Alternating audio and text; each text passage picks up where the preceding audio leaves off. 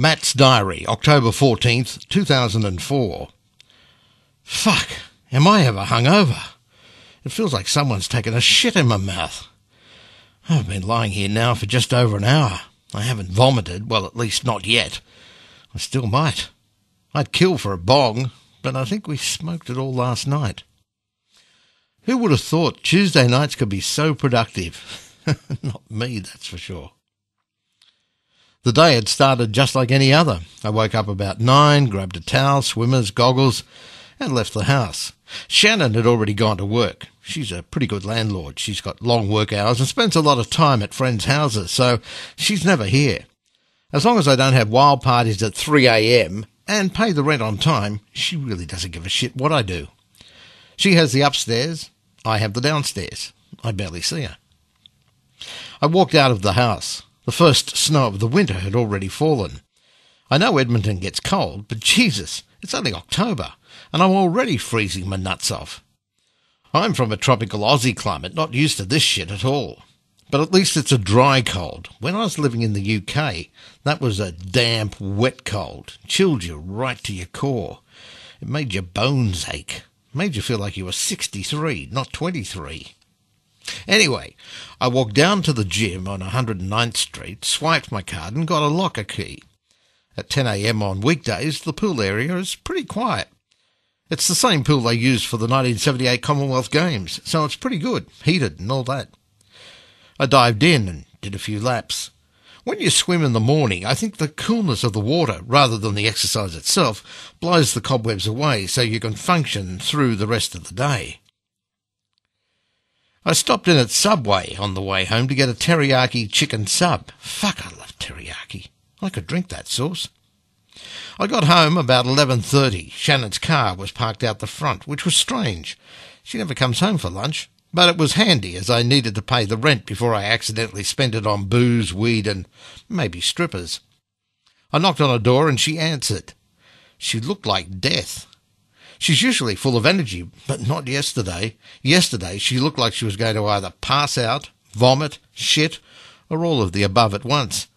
She was clutching a cup of steaming hot noodles. I thought it would be a miracle if she got through half of it, but I didn't say anything. I paid her my rent and she forced a smile. I didn't really have time for a chat, which I think she was thankful for. I had to get to work. I'd bought this leather jacket from Mexico. It's the warmest, most comfortable thing I own, and by God, has it ever come in handy over here. I put it on and walked down to the Backpackers on the corner of 107th and 81st Avenue. Even though it's only 3 blocks away, it's still time enough to feel the chill in the air. Grace was already behind the counter, of course, dreadlocks, a face full of jewellery, and always carrying that dirty-looking bag made out of hemp. She looks like a poster child for the hippie movement, but is the most uptight bitch I've ever met. She smokes weed, but never at work. I wish she would. It might chill her out slightly. She's been even more shitty since Al recommended me for the manager's job over her. I keep telling her, I bought Al a slab of beer, so he wrote my name on the form. Everybody's got a price, and Jesus, Al's currency wasn't hard to work out. The man's a raging alcoholic. Anyway, the pay increase will come in very handy. I wouldn't mind heading to somewhere in Europe next, or maybe Asia. Definitely no hurry to get home. Nothing to rush back to there. An alcoholic mother and a father I've not seen since I was 10. I've got a couple of good mates, but they can come over here and visit me. I can give them free accommodation, so they won't bitch and moan about the cost.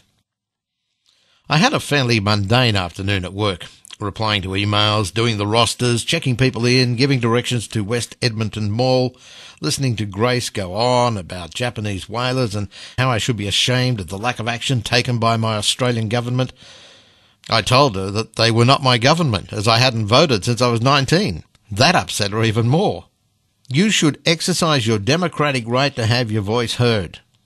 I told her in my electorate I had the choice between Colin Vegas, an Elvis impersonator who had been out of work for 20 years, a guy called Nigel Free Marijuana, who stood for one thing and one thing only, an ex-prostitute whose life-sized cutout campaign billboards stopped traffic on a regular basis, and a 78-year-old washed-up Olympic athlete who was now the leader of an anti-gay, anti-abortion, anti-fun Conservative Party.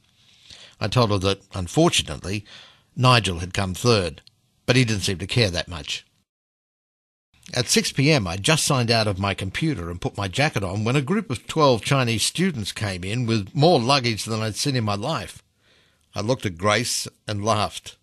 She swore at me under her breath and begged me to stay so I could help her check them all in. As none of them spoke English, it was going to take an eternity to get them to sign their paperwork. But the pub was calling and there's no overtime in my job, so I was out of there. I walked down to the Trap and Grill, my favourite pub in Edmonton. It's a new